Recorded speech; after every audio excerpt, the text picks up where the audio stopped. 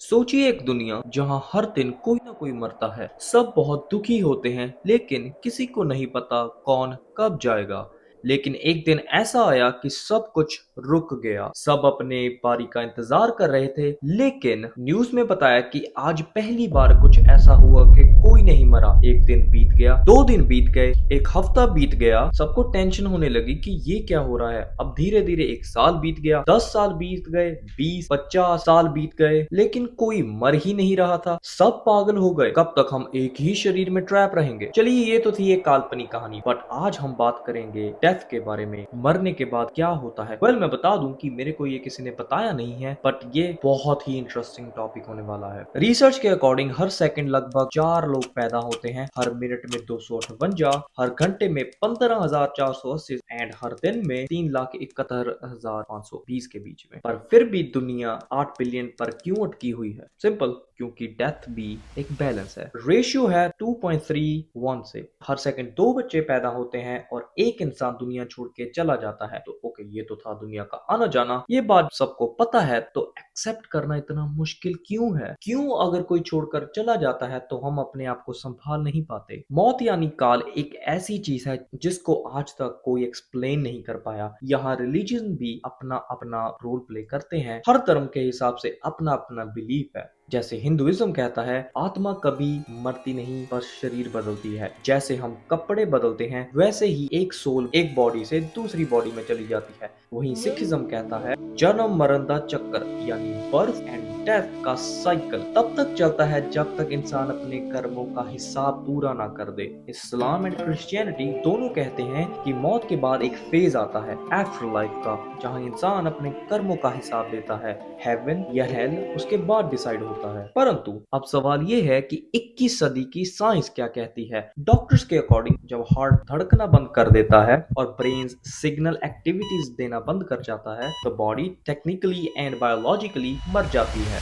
पर एक बात बताऊं, दुनिया में हजारों ही लोग ऐसे हैं जिन्होंने नियर डेथ एक्सपीरियंस शेयर किया है। एक क्विक एग्जांपल आती है जैसे अनीता मुरजानी जी की, जो कैंसर से मरने के करीब थी। 30 घंटे वो कोमा में रही। And I got diagnosed with cancer. उन्होंने कहा कि उन्होंने अपनी बॉडी को ऊपर से देखा। So even though my physical body was in a coma, my physical eyes were closed, and my physical body was lying on that hospital bed, I felt incredible because I was no longer in that body. एक light जो उन पर पड़ रही थी उसके कारण उनको एक शांति महसूस हुई।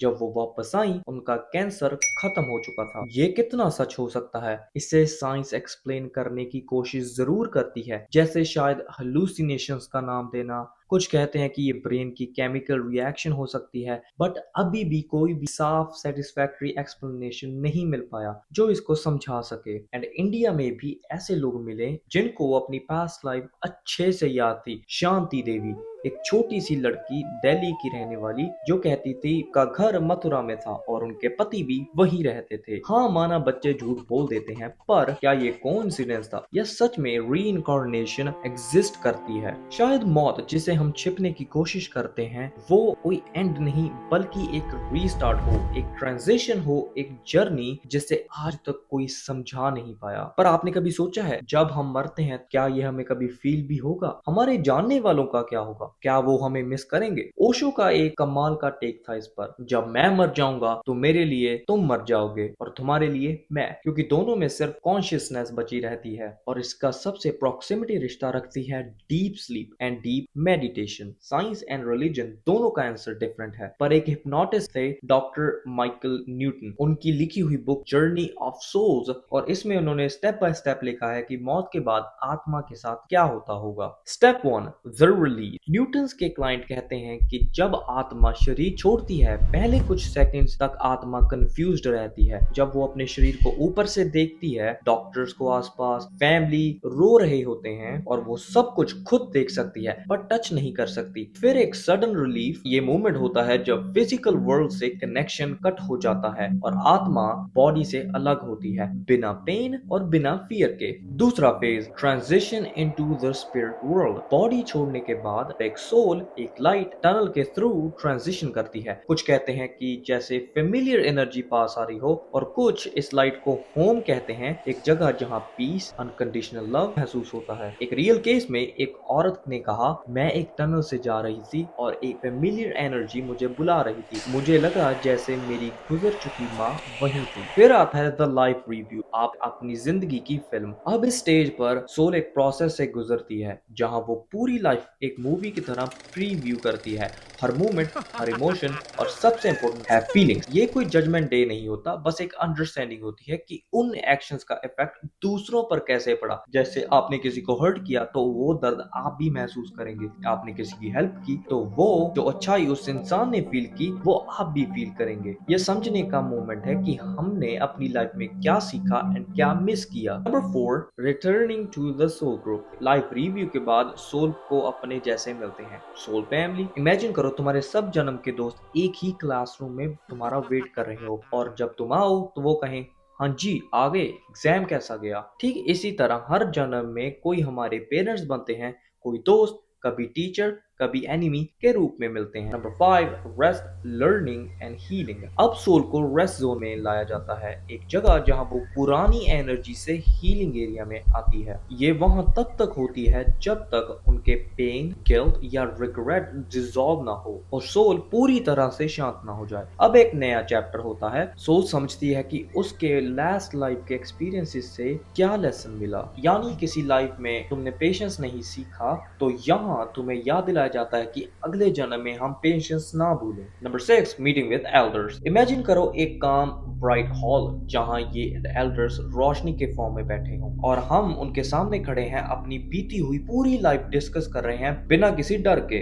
और इसे काउंसिल ऑफ एल्डर्स भी कह सकते हैं। ये जज नहीं करते बल्कि एक मेंटर की तरह डायरेक्शंस और गाइडेंस देते हैं, जैसे कि क्या सीखा, क्या समझा, अगली बार क्या इंप्रूव करना चाहोगे। 7th, choosing the next life. Council के बाद सोल अपने नेक्स्ट मिशन को प्लान करती है। सोल अपने गाइड्स के साथ मिलकर डिसाइड करती है अगली बार किस जगह, किस परिवार में, किस चैलेंज के साथ जाना चाहिए। जैसे कि किसी ने फॉरगिवनेस सीखी तो शायद वो उन लोगों के बीच पैदा हो जो उसे हर्ट करेंगे। It's not a punishment, it's just learning. Her life एक लेसन होती है, patience, forgiveness, courage and love. And number 8, reincarnation. Finally जब सब डिसाइड हो जाता है उसके बाद सोल वूम्ब में एंटर करती है और एक मेमोरी वेल लग जाती है जहां सोल सब कुछ भूल जाती है ताकि लाइफ एक रियल टेस्ट बने बिना किसी चीटिंग चिट्स के। और बस फिर इंटरवल के साथ नया सीन शुरू हो जाता है, एक नई कहानी। तो ये सब मैंने जर्नी ऑफ सोल बुक में पढ़ा and honestly it changed the way I think about death. But फिर मेरे माइंड में एक क्वेश्चन आया, क्या साइंस इस बात को सपोर्ट करती है? रिलीजन कहते हैं सोल इमॉर्टल है, न्यूटन कहते हैं